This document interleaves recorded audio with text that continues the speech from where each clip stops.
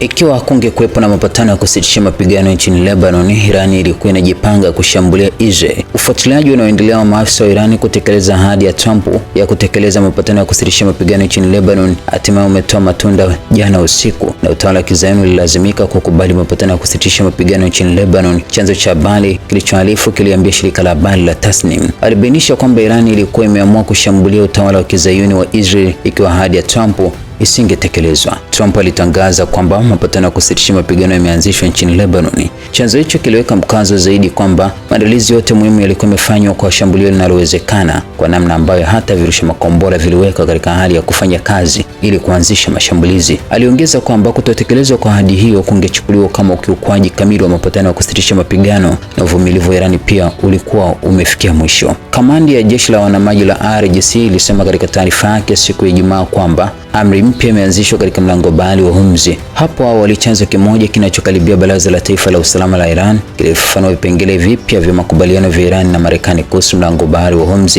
chini ya mapatano ya kusitisha mapigano ya wiki mbili. Tangu mwanzo wa mapatano ya kusitisha mapigano yaliyopatanishwa na Pakistan, Iran ilitakiwa kuruhusu kupita kwa meli kadhaa kwa kila siku, chanzo kilisema siku ya Ijumaa. Hata hivyo, chanzo hicho kilisema baada ya mapatano ya kusitisha mapigano nchini Lebanon kutotekelezwa na makubaliano ya kusitisha mapigano kushindwa kujumuisha mapatano kati ya Hezbollah na utawala wa Israel, Iran ilisimamisha makubaliano ya kupita kwa meli kupitia mlango bahari wa Hormuz. Chanzo kilibainisha kwamba Iran imeweka masharti matatu kwa kupita kwa meli kupitia mlango bahari wa Hormuz.